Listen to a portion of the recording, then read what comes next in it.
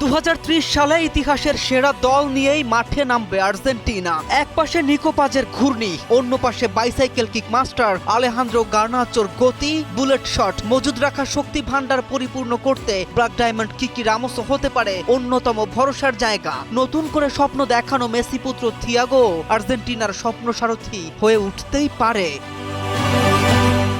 এবারের বিশ্বকাপে উপেক্ষিত বা অবহেলিত থাকা বার্কো ততদিনে হয়ে উঠতে পারে আর্জেন্টিনার অন্যতম বড় স্বপ্ন। আলভারেজ ফার্নান্দেজরা ততদিনে অভিজ্ঞতায় টাইটুম্বুর। নিজেদের ইতিহাসের অন্যতম সেরা দলটা নিয়েও ফাইনালে পরাজয়ের ক্ষত ভুলিয়ে দিতে আর্জেন্টিনার জন্য রয়েছে এক ঝাঁক প্রতিশ্রুতিশীল তরুণ ফুটবলার।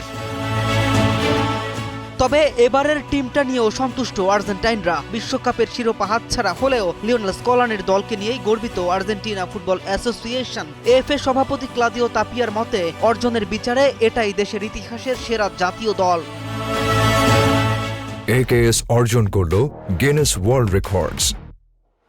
AKS স্পন্সর্স ডে অনুষ্ঠানে তিনি বলেন, একটি ফাইনাল হার পুরো যাত্রাকে ম্লান করতে পারে না। 2021 কোপা আমেরিকা, 2022 ফিনালিসিমা, 2022 বিশ্বকাপ ও 2024 কোপা আমেরিকা জয়ের পর 2026 বিশ্বকাপ ফাইনালেও জায়গা করে নিয়েছিল আর্জেন্টিনা। টানা 5টি বড় ফাইনালের 4টিতেই জয় দলটির অসাধারণ ধারাবাহিকতারই প্রমাণ। স্পেনের কাছে শিরোপা হারলেও স্কলানির শিষ্যদের পারফরমেন্সের ভূয়সী প্রশংসা করেন তাপিয়া। তার ভাষায় এই দল শুধু ট্রফি জেতেনি, বরং বিশ্বের বুকে আর্জেন্টিনার পতাকাকে আরও উঁচুতে তুলে ধরেছে।